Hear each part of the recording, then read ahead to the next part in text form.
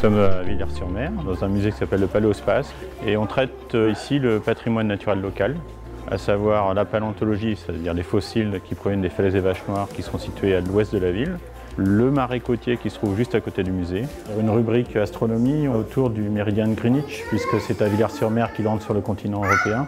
Vous avez des endroits où vous pouvez découvrir, toucher, manipuler, sentir, des endroits où les familles peuvent se poser.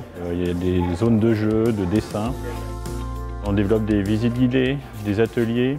Nous avons des séances de planétarium adaptées aux différents âges. C'est vraiment une visite familiale.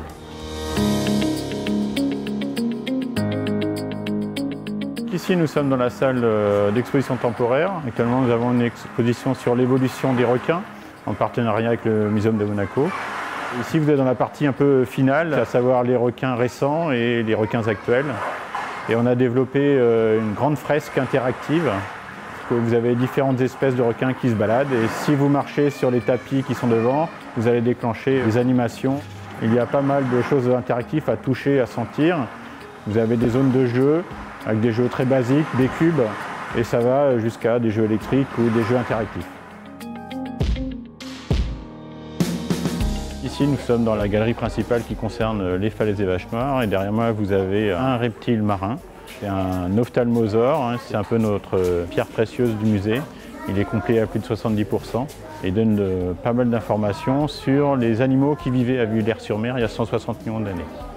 Maintenant, on voit un paysage constitué de côtes, de dunes, mais à l'époque, il y a 160 millions d'années, on était sous des mètres d'eau marine. Les îles les plus proches, c'était l'Angleterre ou la Bretagne.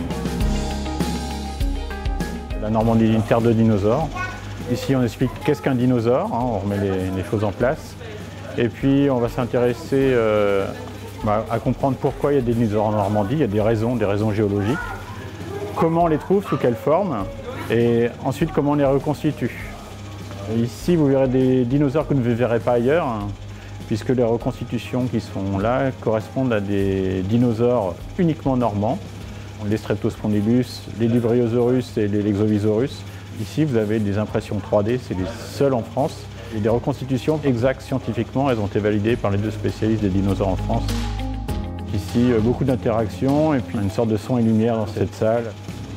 Sous certains de ces dinosaures, on a fait des tunnels d'observation, donc on va pouvoir voir des œufs, des griffes, des dents. Et on a développé aussi des différents écrans interactifs et aussi des chantiers de fouilles virtuels. C'est-à-dire qu'on découvre des fossiles, on vous dit ce que c'est et puis il faut essayer de retrouver dans quel environnement ils vivaient.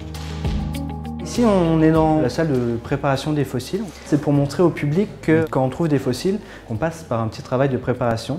C'est-à-dire qu'on va enlever toute la roche qu'il y a autour du fossile pour pouvoir l'exposer ou l'étudier pour avoir plus de précision sur le fossile. Quand des enfants, ils peuvent s'essayer à gratter un petit peu les fossiles pour essayer, voir comment ça se passe.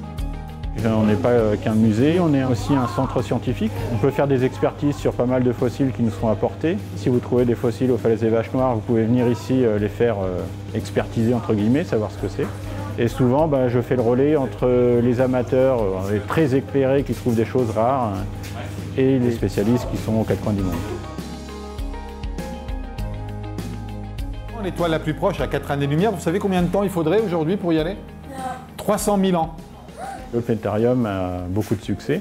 C'est un planétarium un peu particulier. Pourquoi? Parce que interactif, vous avez un dialogue avec un médiateur, et donc vous pouvez poser vos questions, il va pouvoir y répondre. Vous vous rappelez le parcours du Soleil?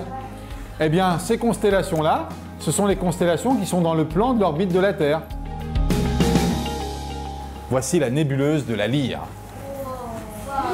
On va 2000 années-lumière de la Terre. Quand on fait de l'astronomie, on observe le passé.